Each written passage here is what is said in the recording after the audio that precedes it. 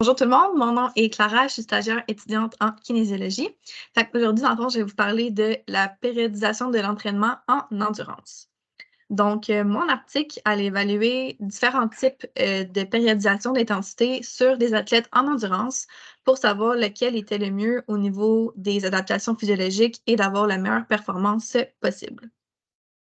Donc, avant de commencer, je vais vous mettre un peu en contexte. L'étude, elle utilise un modèle de 3 zones pour distribuer l'intensité de l'athlète et savoir combien de temps on veut qu'il passe dans chacune des zones. Donc, dans le fond, il y a un lien avec le lactate. Donc, plus l'intensité de l'effort va être haute, plus on va fabriquer d'acide lactique. Donc, il y a un lien avec le seuil ventilatoire qui est elle aussi proportionnelle à l'effort jusqu'à 2 points d'inflexion, comme vous voyez à l'écran.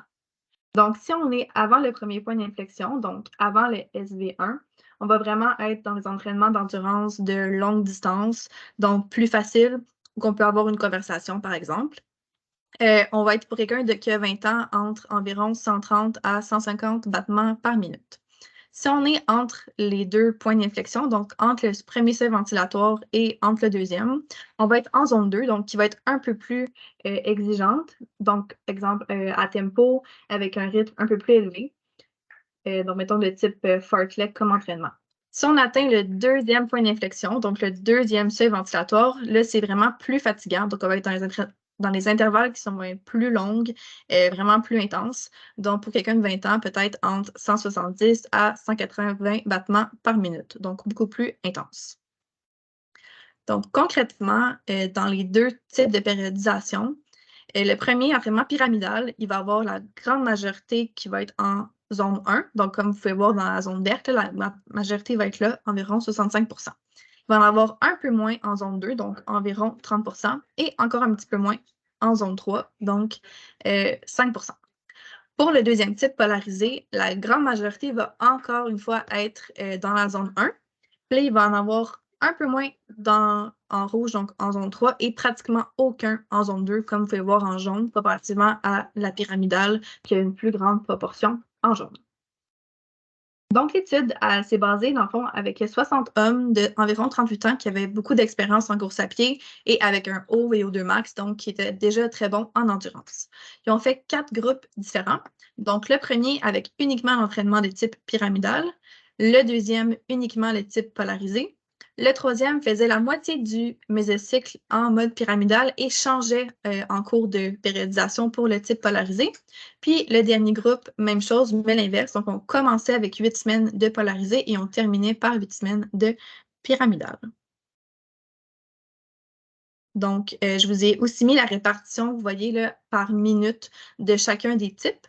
Donc, vous voyez par rapport que les volumes sont identiques pour chacun des groupes, mais que c'est juste la répartition, dans le fond, du temps dans chacune des zones qui va changer.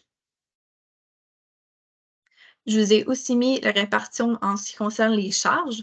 Donc, vous voyez qu'ils ont fait un semblant de deload, comme on pourrait dire en anglais, ou qui ont réduit la charge à la semaine 4 et 12 et une autre fois à la semaine 8 et 16. Donc, après avoir fait des tests avant, à la mi-périodisation, donc après 8 semaines, et à la 16e semaine, l'étude a conclu que le type le plus efficace était celui de pyramidal à polarisé. Donc, quand on changeait le type de périodisation à la mi-planification. Ils ont découvert que l'amélioration était de 0,5 ce qui est significatif quand on considère que c'est des sports plus de haut niveau avec des athlètes. Ça peut faire la différence. L'explication derrière ça était encore non identifiée. Donc, ils n'ont pas les raisons spécifiques physiologiques à pourquoi ce type-là était mieux. Il faut faire plus d'études là-dessus. Par contre, il y a une hypothèse qui était en lien avec l'intensité relative et le pic de l'entraînement. Donc, ça disait que le fait de commencer par l'entraînement pyramidal, donc d'augmenter graduellement durant les premières semaines, avait de meilleurs résultats à la mi-test. Puis après ça, de changer pour le polariser, donc d'avoir plus de zone 3, donc plus d'entraînement avec de grande intensité, était attribuable à une plus haute performance dans la phase d'affûtage et donc avait de meilleures adaptations. Il y aurait donc vraiment des bénéfices pour les athlètes à changer d'entraînement à la mi-périodisation. Donc, au début, pour avoir un taux de lactate plus faible et terminer ça avec un seuil plus élevé et donc optimiser l'adaptation tout en réduisant le risque de surentraînement. Alors concrètement, ce que ça nous dit ça, bien, idéalement, dans notre pratique, avant de faire cette périodisation-là, on veut évaluer l'athlète. Donc avec des tests, par exemple, indirects de VO2 max pour avoir notre point de départ. Sinon, on peut aussi le faire avec des fréquences cardiaques ou l'évaluer nos zones avec des perceptions d'effort. Donc il y a plusieurs variables qu'on peut utiliser. Après ça, dès qu'on a notre variable, bien là, on veut prioriser vraiment le haut volume en zone 1. Donc, beaucoup plus d'entraînement, donc en longue distance, plus facile. La majorité, on veut qu'elle soit à basse intensité. Après ça, on veut réduire le volume en zone 2 et 3, donc plus intense.